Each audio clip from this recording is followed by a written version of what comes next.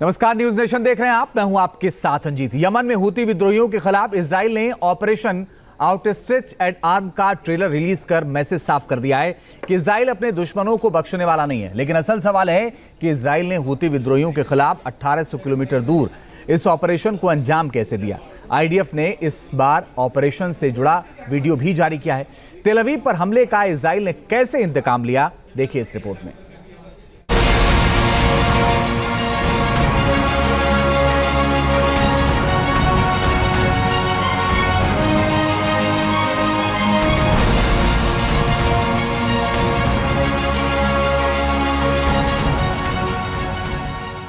जिस विनाश की आशंका इतने दिनों से जताई जा रही थी, 20 जुलाई की रात वो सच साबित हुआ। इजराइल के नेताम एयरबेस पर अचानक इजरायली एयरफोर्स की हलचल बढ़ी।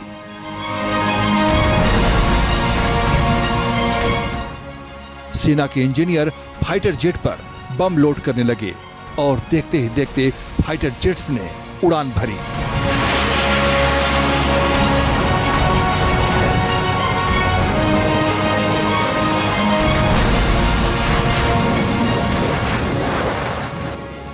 टारगेट 1800 किलोमीटर की दूरी पर बताया गया।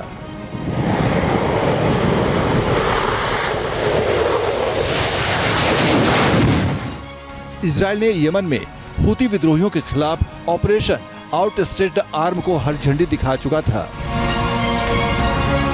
इसके बाद यमन में हूती विद्रोहियों के ठिकाने पर इजराइल का बारूदी विनाश बरसने लगा।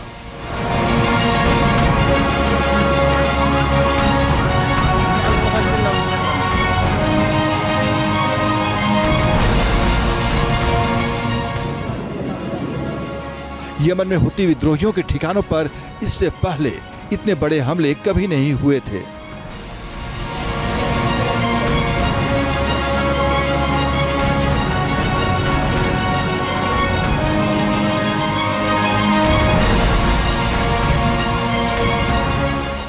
ये वीडियो उसी इजरायली हमले की है जिसे अब आईडीएफ ने जारी किया है। वीडियो में हूती विद्रोहियों के टारगेट पर इजरायली एयरफोर्स की एयर स्ट्राइक को कैसे अंजाम दिया गया उसे दिखाया गया है।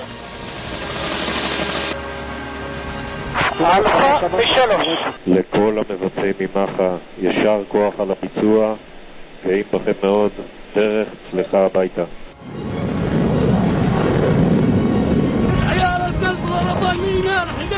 इजराइल ने 1800 किलोमीटर दूर यमन में हूती विद्रोहियों के टारगेट पर बमों से बारिश की, जिसके बाद हर तरफ धमाके की गूंज और आग की लपटें दिखाई देने लगी। हूती के नियंत्रण वाले होदेदा पोर्ट पर तबाही मचाने के बाद इजरायली फाइटर जेट्स को आईएएफ के कमांडिंग ऑफिसर ने मैसेज दिया।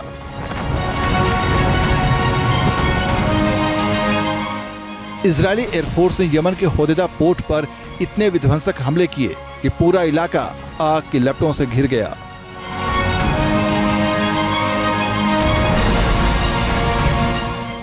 इजरायली एयर स्ट्राइक में होदेदा का भूगोल हमेशा के लिए बदल गया। हर तरफ आग की लपटें और धुएं का गुबार नजर आने लगा। इजराइल ने पहले ही बता दिया था कि उसके टारगेट पर हूती हैं। हूती के तमाम ऑपरेशंस को जो कि वो समंदर के ऊपर कर रहा था, काफ़ी दिनों से टॉलरेट कर रहा था, क्योंकि इजराइल का पूरा जोर उस समय गजा के ऊपर था। लेकिन अब चूंकि वॉर का स्केल बढ़ा रहा है इजराइल, तो उसको समझ में आया कि हूती जैसे कंपोनेंट्स को बहुत जल्द अगर सबक नहीं सिखाया गया तो वो एक दिन बड़ी परेशानी का कारण बन सकते हैं। और उसका एग्जाम्पल उन्होंने दिया था जब उन्होंने तेल अवीव के अंदर कुछ फ्लैट्स पर अटैक किया था ड्रोन से। तो अब इजराइल के पास सिर्फ एक ही चाह रहा था कि वो बड़े पैमाने पर फाइटर जेट्स का उपयोग करके यमन के अंदर अटैक करे और इस तरह से अटैक करे कि हूतीज की कमर टूट जाए। दरअसल इजराइल ने यमन के जिस होदेदा पोर्ट पर हमला किया वो हूती विद्रोहियों के नियंत्रण में है। होदेदा पोर्ट से ही हूती विद्रोही इजराइल पर मिसाइल हमले करता है। होदेदा पोर्ट पर हूती विद्रोहियों को ईरान से हथियारों की डिलीवरी होती है। इसी होदेदा पोर्ट पर हूती के कई बड़े ड्रोन और मिसाइल गोदाम हैं। यही वजह है कि इजराइल ने ऑपरेशन आउटस्ट्रेच आर्म के तहत होदेदा पोर्ट को पूरी तरह तबाह कर दिया। हालांकि इजरायली हमले में 6 लोगों की मौत और 80 से ज्यादा लोग घायल हो गए, क्योंकि इससे पहले मिडिल ईस्ट में इतना बड़ा हमला नहीं हुआ था। दावा तो यहां तक किया जा रहा है कि इजराइल ने इस ऑपरेशन का प्लान 19 जुलाई को ही बना लिया था और इसकी जानकारी पेंटागन को भी दे दी थी। यमन पर हुती ठिकानों पर यह अब तक का सबसे बड़ा हमला बताया जा रहा है, जिसके लिए इजरायली एयरफोर्स की एक बड़ी टीम को जिम्मेदारी सौंपी गई थी। यमन में हुती विद्रोहियों के कब्जे वाले होदेदा पोर्ट पर हमला करने के लिए इजरायल के 12 फाइटर जेट यमन पहुंचे। हमले से पहले इजरायल की टोही विमानों ने इलाके की रेकी कर जानकारी जुटाई। इजरायली फाइटर जेट का टारगेट होदेदा पोर्ट था, जहां से हुती इजरायल पर हमले करता है। इजरायल के इस हमले में F-35 स्टेल्थ फाइटर जेट और F-16 फाइटर जेट शामिल हुए। ओरॉन टोही विमानों से पहले इलाके का सैन्य सर्वेक्षण किया गया। पूरे ऑपरेशन के दौरान इजरायली फाइटर जेट ने 2 बार मिड एयर रिफ्यूलिंग भी की। अमेरिका की हरी झंडी मिलते ही इजरायल ने इस ऑपरेशन को अंजाम दिया, क्योंकि इस ऑपरेशन के बाद इजरायल के पीएम बेंजामिन नेतन्याहू ने कहा कि जिस होदेदा पोर्ट पर इजरायल ने हमला किया वो आतंकवाद का अड्डा है।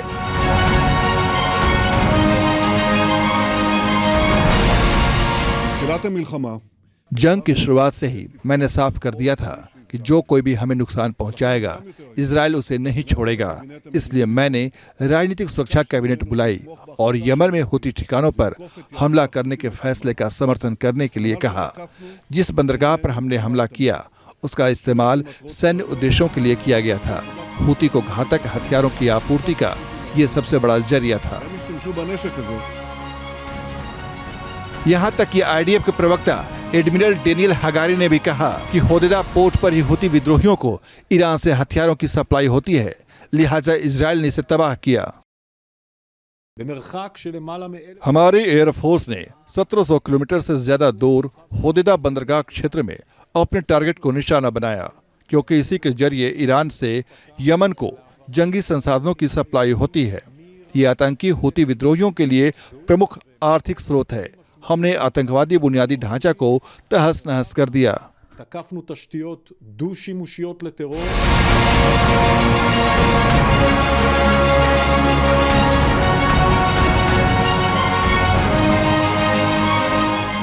पहली बार इजरायल ने इतनी दूरी पर हमले किए हैं। दावा तो यहां तक किया गया कि हुती विद्रोहियों के खिलाफ इस ऑपरेशन को इजरायल के वार रूम में पीएम समेत बड़े सैन्य अधिकारी लाइव देख रहे थे। यहां तक कि किसी भी आपात परिस्थिति के लिए बैकअप टीम की भी व्यवस्था की गई थी।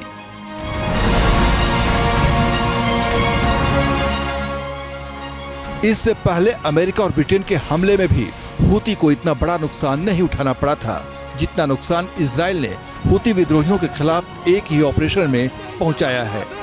और इसकी वजह है इजरायल की राजधानी तेल अवीव पर 19 जुलाई को हुती के ड्रोन हमले। ये तस्वीरें उसी ड्रोन हमले की है जो हुती विद्रोहियों ने बीते 19 जुलाई को तेल अवीव पर किया था। हुती विद्रोहियों ने तेल अवीव पर नए ड्रोन याफा से हमला किया था। इस हमले में एक इजरायली नागरिक की मौत हो गई थी और कई घायल हो गए थे। अमेरिकी कॉन्सुलेट से 250 मीटर की दूरी पर किए गए इसी हमले का बदला इजरायल ने 24 घंटे के भीतर लिया, जिसका नाम आउटस्ट्रेच्ड आर्म रखा गया। Team news nation.